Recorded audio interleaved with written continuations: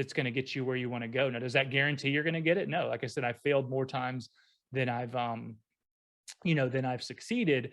But, I think it's having that faith, going for what you want. And then, being like, if it doesn't happen, being okay and then going again. I think that's the biggest thing. Again, like I said, in business, you can fail as many times as you want. You only got to be right once. And so, and not, I think something I'm really, I guess, good at is I have like big goals, big ambitions, big dreams. I'm pushing, I'm grinding. I want to achieve the goal, but I'm okay. Again, don't get me wrong, I get disappointed, but I'm okay if I don't. Welcome to Clicks and Bricks Podcast. We talk about the entrepreneur mindset. If you get one shot at this, what kind of shot are you going to take? If we forget who we are, they're going to forget who you are. You've got an adversity story that's out of this world. Everything from that Main Street brick and mortar to that billion-dollar manufacturer. Today we're talking with Russ Yeager. He's got a couple of things going on. I'm super excited to introduce him to you. He is in the fitness industry and really, really shaking things up. How are you doing today, Russ? Hey, Ken, I'm doing awesome, man. How are you? I'm fantastic. Thank you for joining us. Before we jump in, can you tell the audience a little bit about yourself, where you're from, and what your history is? Yeah, so I live in Atlanta, Georgia now, Northeast Atlanta, Georgia. I have my wife, Emily, who's in the next room. She works full-time, has a side business, and we have 3 kids. Our son just turned 6 yesterday, our oldest son, and we have 4-year-old twin boy and girl. So we have a busy household, and then I run a couple of businesses. So we stay busy, but I love what I do, and I like being busy, and definitely very blessed. Twins has to be a shock. Did twins run in your family, or was that just a complete left curve for you guys? No, dude, it was a total shock. So, we got married a little bit later. I was 39, my wife was 36, and we knew we wanted to have kids. We're like, okay, let's, hopefully we're going to be able to. Let's jump on that train so quick. Yeah, she got pregnant and, pretty quick, like a few months, after we got married, and we had our first son, and was like, okay, we want to have 2 kids. Let's go ahead and go for the second one, we're sitting in the doctor's office, I remember. And, both of us almost at the same time, we're looking at the ultrasound, I guess you call it. And we see 2 little things. And we're like, my wife, we're like, is there 2? And she goes, yep. Oh, shit. And then we literally both almost fell on the ground.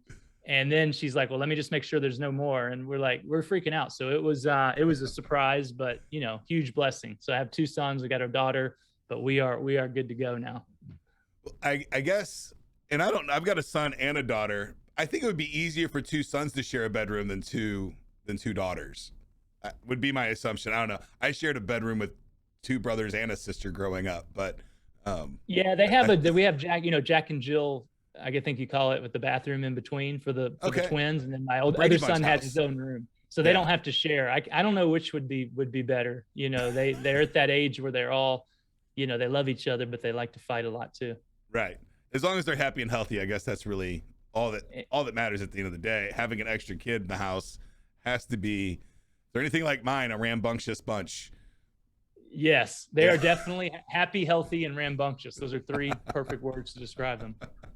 Wonderful. So now you went to school, traditional route, got your CPA. You're still CPA on paper, but you've now opened a couple of businesses. Can you tell us a little bit about, what that transition was like from CPA, kind of what motivated you to get into this industry and leave, from accounting to fitness is a pretty big jump, although there's a lot of accounting in the fitness industry as well.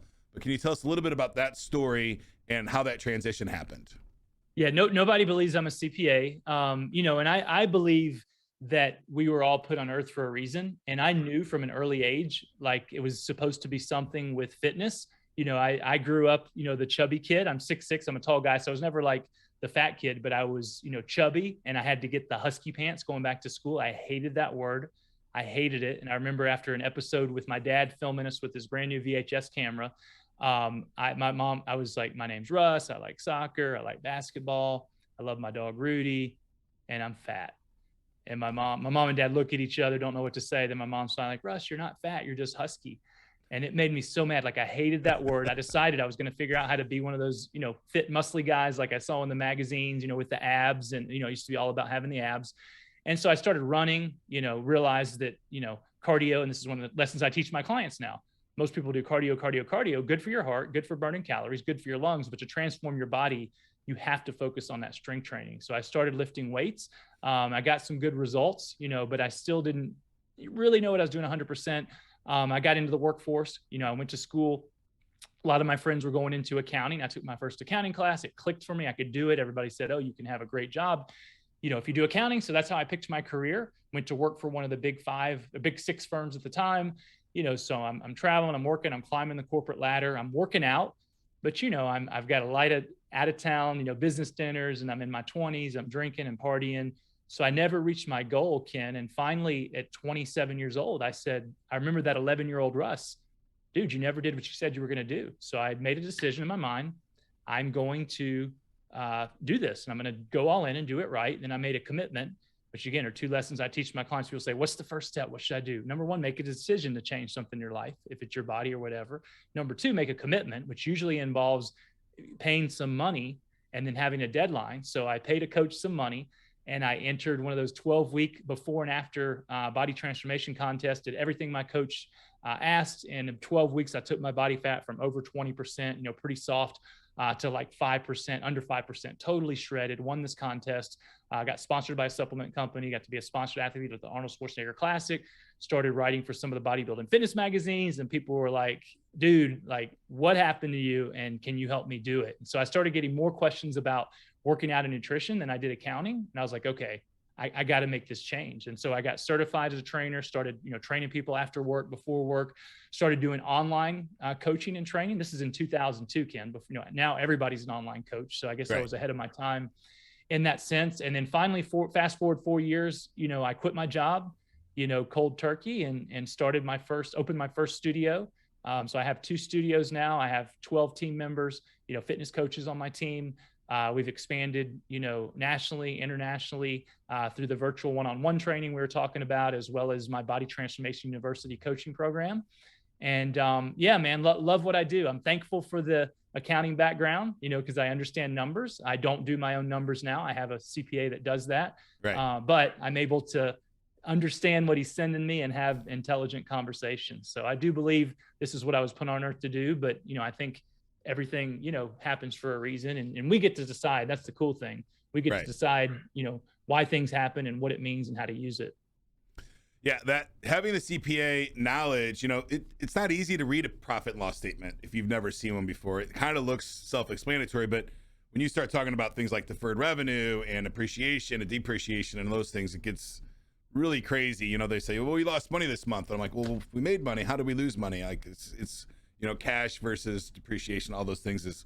Yeah, profit and cash flow are not the same thing, right? Right, absolutely. Revenue and cash aren't the same thing. So yeah, and it takes a while to kind of get into the groove of knowing those things. So I always, even if you are a CPA, I recommend having another one just as a set of eyes. There's a lot of numbers that we deal with throughout the day, and it's easy to kind of mix match them and those kinds of things. So just having even 2 sets of eyes on almost everything is important. But going back to, obviously, I've dealt with weight issues my whole life, so I hated that husky. Is husky still a thing for pants for boys? I don't know, man, but both of my boys are pretty slim, right? Yeah. One of them's he's I'm not going to use the word husky. He's thicker, but he doesn't have a lot of fat on him. So my wife buys the clothes. I don't think they're wearing them. I don't know if that's what they call them or not anymore. I don't know. It was almost a derogatory term to me when I was a kid. The husky pants, right? It was horrible. Yeah, I hated it. I absolutely. I wish they just call them the fat pants. Yeah, and my son, luckily, I don't know how he does it. He eats so much, but he's got a 6-pack nonstop. He's 10. I guess he's always running. So good for him. But so I like to talk a lot about, I had some health issues in my business going back about 7 years ago, almost fatal. Running the business, not taking care of myself, happy hours turned into happy days. And just, kind of going through all of that. And it took a long time for me to make that transition into fitness first, right? During that time, I gained almost 100 pounds back from my transition in my early 20s. And it was really hard. And for me, it was hard to separate myself from the business so that I could have the time to do that. Because when you start in the business, it's, we're all told this hustle culture, and the business is first, and I put the business in front of myself, in front of my family, in front of everything. What advice do you have to somebody that is in that position, right? And they know that they've got to make some kind of change, either because their wife's telling them, their doctor's telling them, maybe their one of their mentors is telling them they need to make that change. Going one day is one thing, but then, keeping that consistent culture of going 2, 3, 4, 5 days a week. What advice do you have to somebody that's in that boat that would help them understand that they have to do this on a regular basis? They have to run their fitness routine very similar to the way they run their accounting or they run their operations in their business. Yeah. I mean, first of all, let's recognize running a business is hard. Starting a business is really hard. It takes a lot of time and energy, and there's going to be some, sacrifice or decisions made. That being said, and unfortunately, I mean, you said it, too many people, what gets them to take their health and, and make it a priority, take it seriously, is some kind of scare, right? Doctor says, you have early diabetes, or you have early signs of heart disease. You may not be around to see your daughter.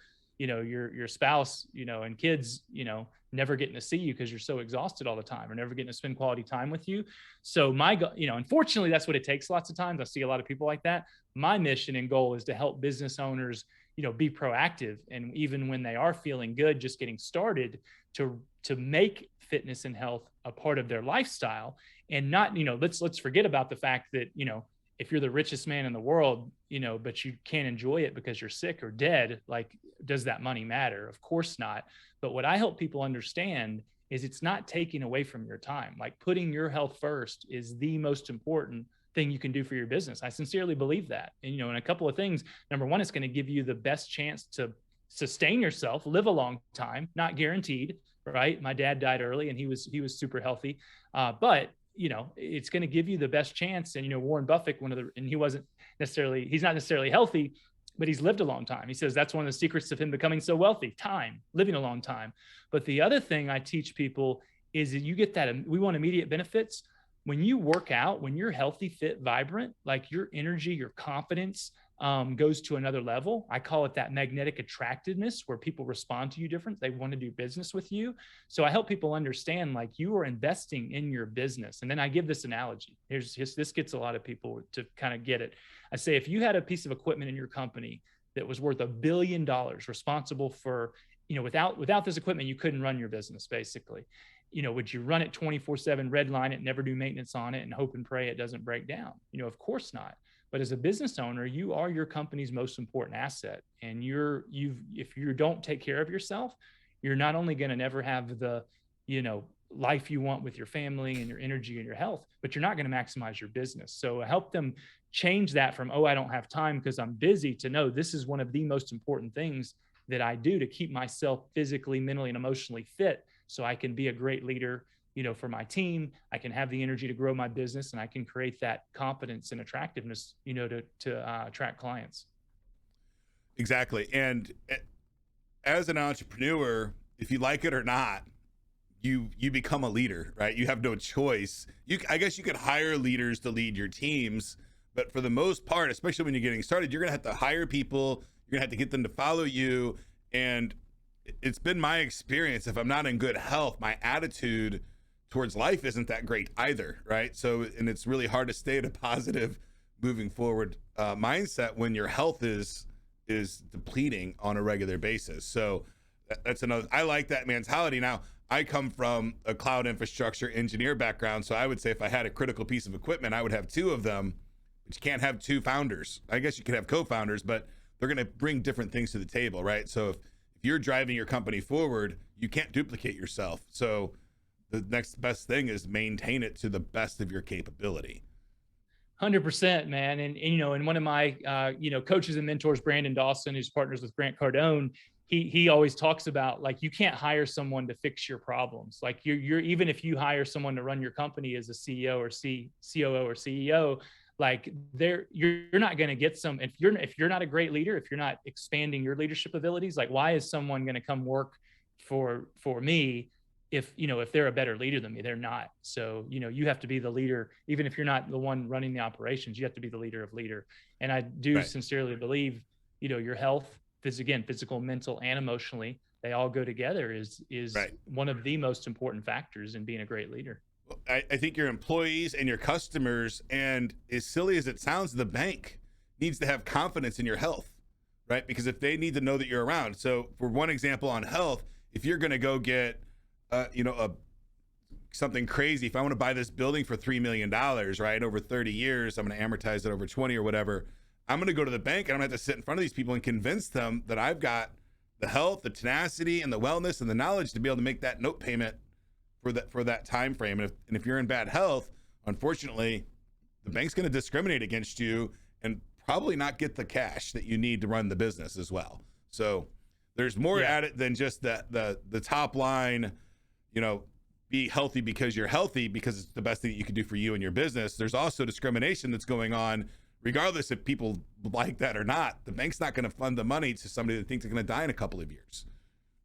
Right? 100%. And people, whether fair or not, people form an opinion of you, based on, how you look and your energy, your vitality, your physical appearance, and I'm kind of crazy. Like, I'm 47. I still like to keep, 6-pack abs, although it's my industry. Right. So, right. Like to me, it's non-negotiable, but like, who's going to go to the dentist with rotten teeth, so it's an obligation for me to stay fit. Now, you don't have to have a 6-pack, it's not all about that.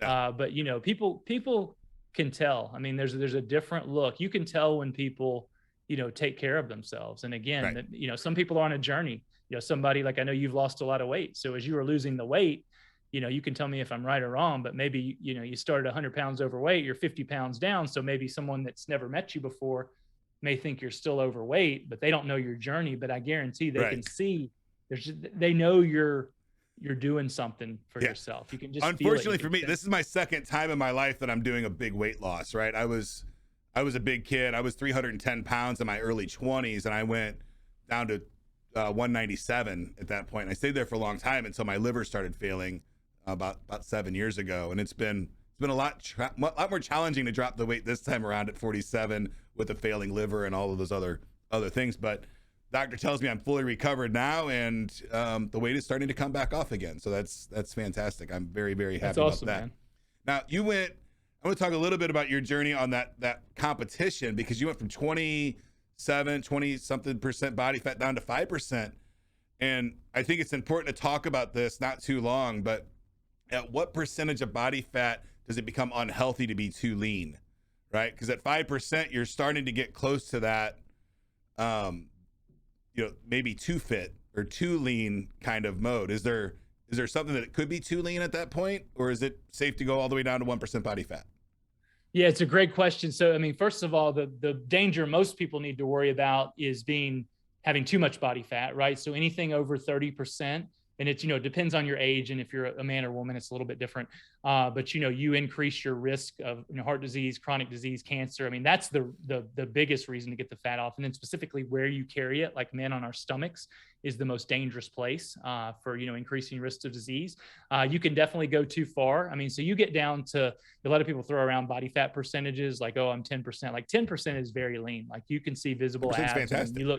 You look great at 10%. And I like to stay somewhere between, like 10 and 12%. Sometimes I get a little leaner if I want to, get really shredded for summer. But so there's essential body fat for men is about 2 to 3%. Women is about 8 to 10% because they bear children. So they need more body fat. And you've got internal fat that protects your organs. So you start getting, so you can technically get down to 4 or 5% and, still quote unquote, be okay healthy. But, you're at that level, it's extreme. I mean, you have to go to extreme measures to get that extreme lean. there. Yeah. You don't feel good. I can tell you that. Your energies, and everybody has different genetics, but for most people to stay that lean is very, very difficult. It's got to be your impossible. Career. And you can run into health problems, right. So, but again, that's not most people's issue. It's the opposite. Yeah, absolutely. So moving out of the fitness and back to the business side, you had the opportunity to speak on Grand Cardone's stage at one point. Can you tell us a little bit about, one, how did you land that deal? Like what expired to get you on that stage? And then a little bit about, just being in that spotlight with people like Grant it's a different kind of feeling, right? You can feel that energy and buzz. Can you talk a little bit about, how you got there and what that experience was like. Yeah, definitely. I appreciate you doing your homework too and asking about that. So, I've been following Grant for about, I think 7 years. A friend of mine gave me one of his books, told me to get one of his books, 10X Rule. And I mean, I dove all in. He's helped when I get into something, I get into it. He's helped me tremendously. I mean, in my finances, my business, just being an inspiration. And so he's got these big events, growth cons. And I went to the second one, and then I went to the third, which was in Vegas. The third one I went to was in Miami. He had 30 sold out Marlins Stadium, 35,000 people. And so we're sitting there watching, and I heard Grant from stage. He's like, imagine if you could get up on this stage, the attention you could get. And I was like, man, I'm going to get on that stage. That's just how I am. I make these decisions. And so I asked, we invest in his real estate company, Cardone Capital. And so I know Ryan Tesco, who runs his real estate division. I said, Ryan, get me up on stage, man. I want to pitch Grant on, this thing where, my body transformation university that I'd created, that he had inspired me to create, actually combine that with his Cardone University. It'll be awesome. And Ryan just kind of looks at me like, I don't think I can do that, And so the next day there was a speaker, Pete Vargas, speaking.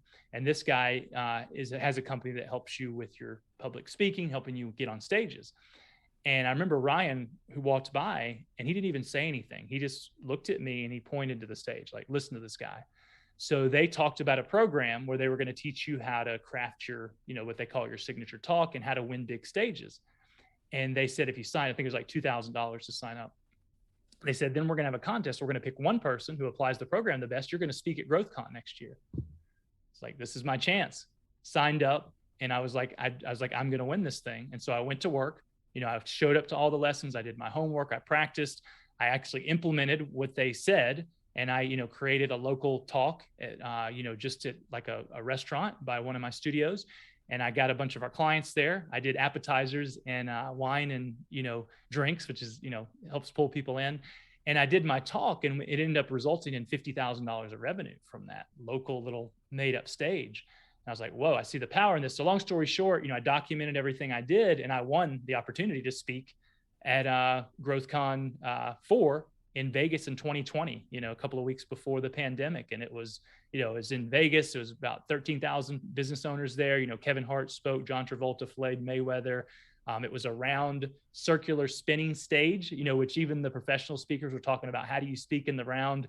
And so it was one of the most nervous moments I've ever had in my life, but ended up being, one of the best. And, being on a stage like that, not only to have the impact, I made that statement. I told people, I believe putting your health first is the most important thing you can do for yourself as a business owner. And, obviously the relationships, the business I've gotten from that have been incredible. So it was a really, really cool experience, man. And I'm eternally grateful for Grant to do that for me, because he didn't have to, and he's done, a lot of other things for me as well. So their whole, Pete's company and, 10X Stages, Advance Your Reach is Pete's company. They partner with Grant to make 10X Stages. Their whole, yes, you want to get to where you get paid to be on a stage.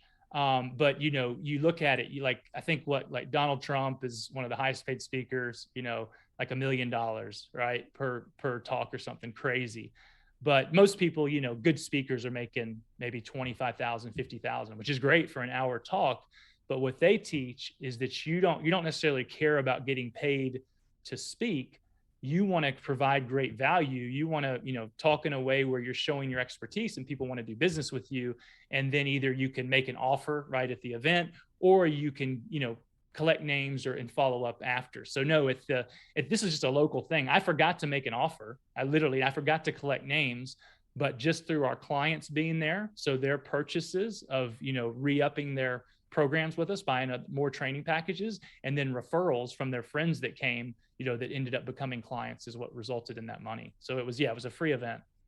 Okay. So you put the investment in, got the speech together, forgot to collect names, and didn't have an offer, and ended up still pulling out money from that on the residuals of extended, new clients, extended contracts, all of those kinds of things. Yeah. And I think that's one of the things they liked about me is instead of trying to make it perfect, I just did it. Right. And I made a lot of mistakes, but so many people are trying in business, are trying to do things perfect. They're waiting for the perfect time. Whereas I've always been this way. What do you call it? A ready, fire, aim kind of guy. And then following Grant, he's definitely like that. He talks about, you get an idea, you do it. And, I make so many mistakes, but, my whole philosophy, if I do 100 things and I get, 20 of them right, I'm ahead of the guy who is super meticulous and goes 8 for 10. Right. And he's Right. got a better winning percentage, but I'm doing, 10 times as much, and you get more done. Right. But I think too many people are scared of failing. I have And, a little that's the good thing hack. about business. What? I have a little hack for people that are constantly telling them to do stuff, that they're going to do stuff, but they don't actually execute on it. Oh, Right. cool. Let's hear it.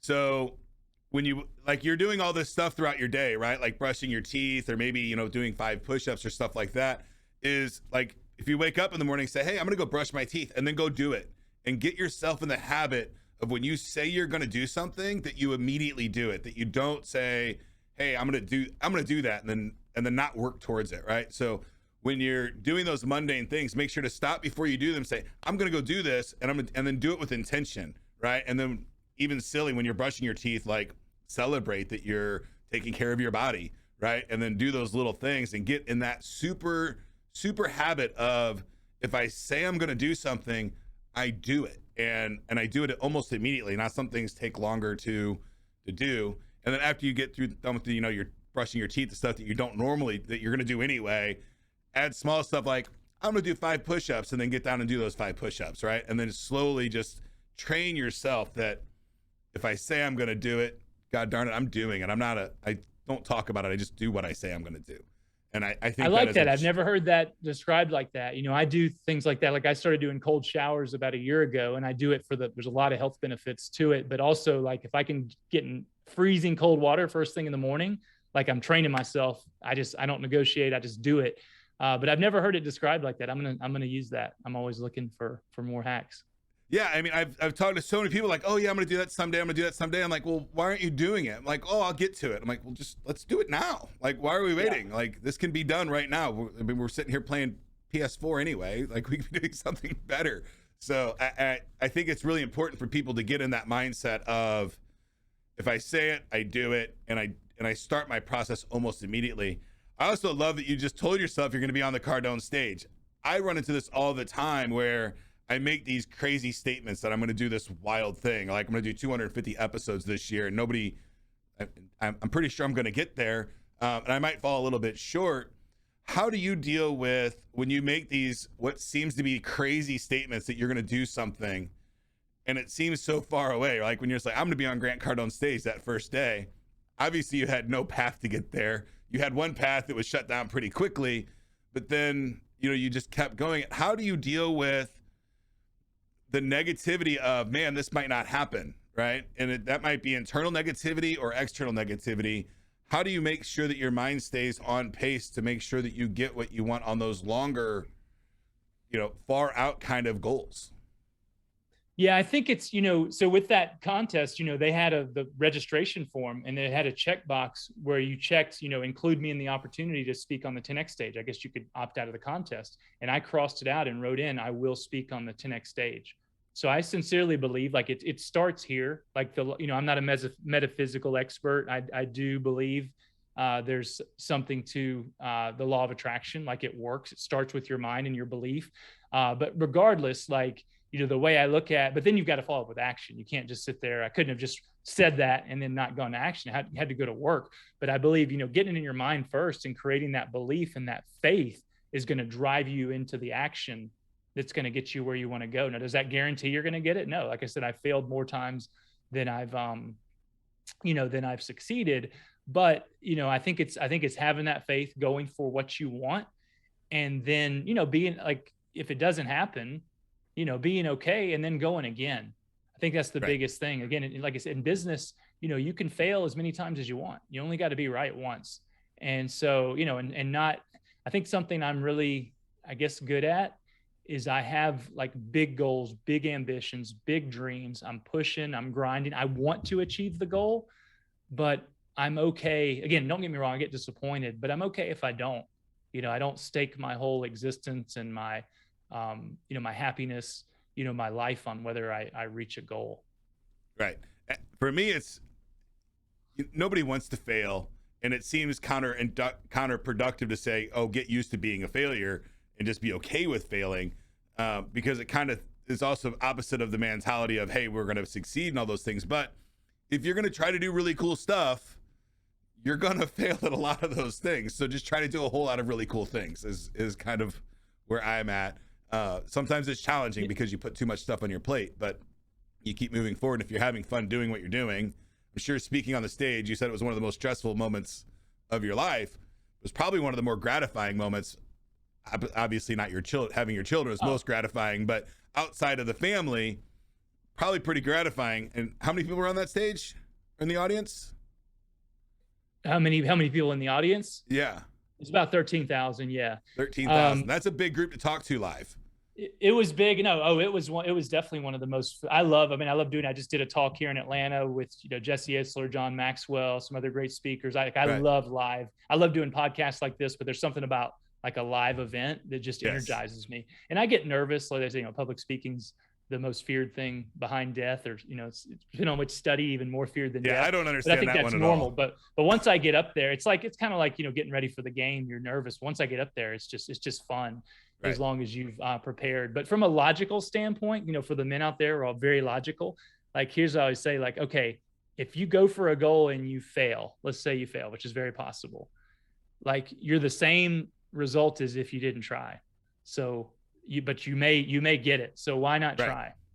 Well, and you've learned something along the way. So the next time you try, you'll get much further, most likely, right? I mean, you're not great the first, I'm sure even Michael Jordan, the first time he grabbed a basketball, wasn't a great basketball player, right? He failed a bunch of times before he got to where he was. And he's got some great speeches out there too, or some writings from Michael Jordan out there as well that talk about that struggle and really fine tuning into being one of the best in the world.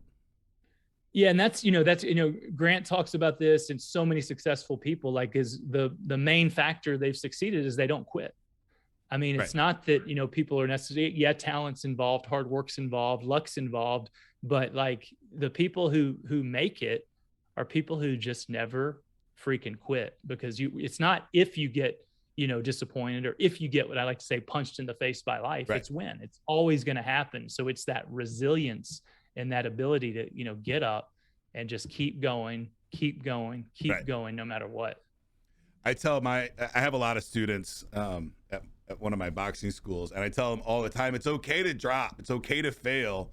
Take a breath, count to 3, and get back to work, right? It's fine to fail. It's not okay to quit or to give up, right? If you want your goal, if you want to be a champion, you want to win, you want to be on those stages, you cannot give up. But you can fail a whole bunch of times, right? No, as long as you don't die or go to jail, you can fail a bunch of times, and it's okay. How do you deal with brushing off that failure? Right. Gary Vee says just don't judge yourself and keep moving forward. And a bunch of people have different tactics. But, how do you brush off those failures to help you keep moving towards the next goal? Yeah, I think at this point, it's not that it's always easy, but it's just ingrained in me. It's who I am. So how do you get to that mindset? It's kind of like, how do you get to where, like, working out is just part of what you do, and no matter what happens, like, it may be challenging, but that's not going to throw you off. Like, I've been through a ton of challenges.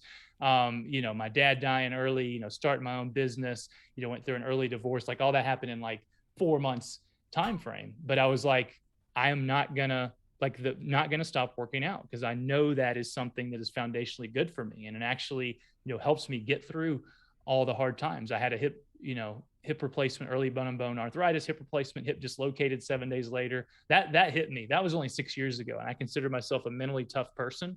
But I, for a period of time, I was like, it's over. I'm Googling, hip dislocations, and I see people, oh yeah, mine's come out 3 times, 10 times. I'm like, it's over for me as a fitness professional, as a dad. I ate pizza for 13 days in a row, Ken, sat on the couch feeling sorry for myself.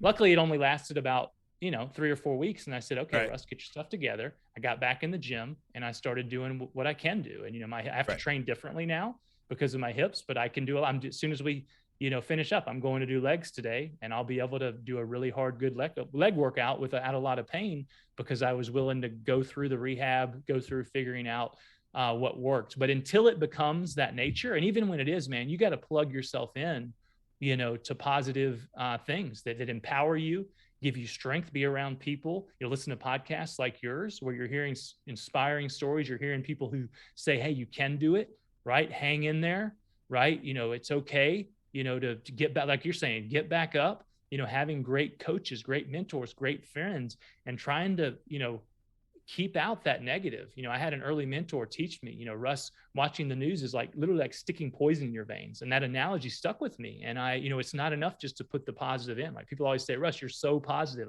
How do you do it? I'm like, it's the same way I'm fit. It's not by accident. It's like I could easily be depressed 400 pounds, but I intentionally for a long time, every day, systematically, like you were talking about, putting good stuff in my mind, through books, podcasts, audio books, conferences, and doing my best to keep the negative out.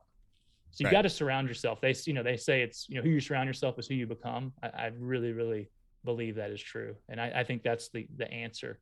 Definitely until it becomes ingrained in you. But even when it does, because even if, if I stop plugging myself in to positive things, positive people, I could easily, I'm sure go back to, negative patterns.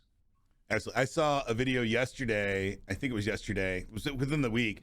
It was Sylvester Stallone, and he was talking about, basically once you're 18 years old, you're kind of directing your own movie, right?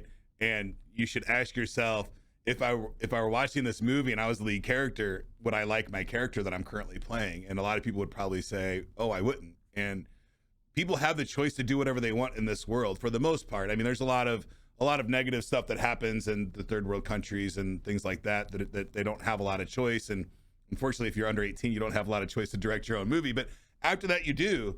And I liked that kind of statement from him. And I thought it was really inspiring that, looking at your life as a movie and being somebody that you're proud of. And from what your stories, I think that you're a character in your movie that you would be proud of watching and showing that to other people.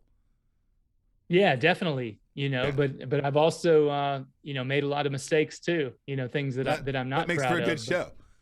But it makes for a good show, and it makes good for a redemption. I love the redemption stories, man. So you're a boxing guy. You just mentioned Sylvester Stallone. I mean, his talk to his son in Rocky V is like probably the best motivational speech ever. Yeah, I mean, he gets a lot of flack for being kind of a guy that's been beaten up amongst the head a bunch, but he's a super smart guy to listen to. I follow him on social media and stuff like that. I love all the boxers, not all of them. Some of them are bad players, but most of them are inspiring, the stories that they have and things like that. So, but Russ, we're running a little long, wrapping things up. If somebody wanted to work with you, how would they get in contact with you? Yeah, so they can find me on social media. I think you've got my name down there. It's RussYeager. But I think you've got it on there. The best thing I recommend is go get my book for free at freenakedbook.com. Yes, that's the URL. It's Live Longer, Feel Better, and Look Great Naked. I wrote the book in 2014. Basically, as I was coming out of that bodybuilding lifestyle where my life revolved around working out, eating chicken and broccoli every 2 hours. Because as you talked about earlier, you can go to extremes where I looked great, but I was exhausted all the time. And, it's not realistic for people to live like that. So especially, and I just rewrote the book last year, 2021 now, as a 47-year-old man running 3 businesses, having, 3 kids, 5 and under, who wants to still have a good physique, be proud of how I look, but more importantly, want to have good health, good energy, and want to have a plan that enhances my life, doesn't rule my life, and where I can actually eat real foods, and be healthy and fit. And you can do it. I've been obsessed with figuring that out. So that's what I share in the book. So they can get the book for free. And if they want to go deeper with me, they can, reach out, and I'd love to answer questions and, help anybody who wants me to help them out. Fantastic. And was there anything you'd like to leave the audience before we leave? I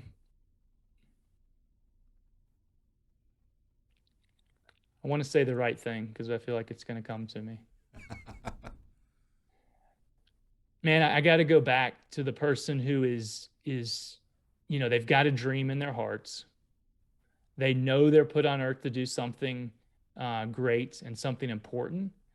But you just feel like you keep getting knocked down and you keep getting challenged and you feel like giving up and you're like, is it really worth it? Is this a sign that I should just quit? So I'm going to tell you, don't quit. Do not quit. I believe the closer you get to your goal, the more you're going to get challenged to see if you really want it. So just keep freaking going, get some help if you need it. And then you can accomplish your goals and your dreams. Absolutely. Get the help. Right. And a lot of times, it's a hard pill to swallow, for me, a lot of times I didn't get what I wanted because I wasn't ready to get it yet, right? Because I didn't handle my finances right, or because I was letting alcohol get in my way too frequently, or a relationship getting in, bringing me down too much. I just wasn't in the right mindset to achieve the goal that I wanted. But continuing trying and working on that whole picture does help a bunch to keep moving forward. So thank you for that, Russ. I very much appreciate it. That's it for today's show. I appreciate your time. Thank you for joining us today. That's it for today's show, folks. If you'd like to join my text line community, the number is 314-370-2871. You can ask me any question about business or technology, and I will send you an absolutely free, unbiased answer. That's it for today. Get to work.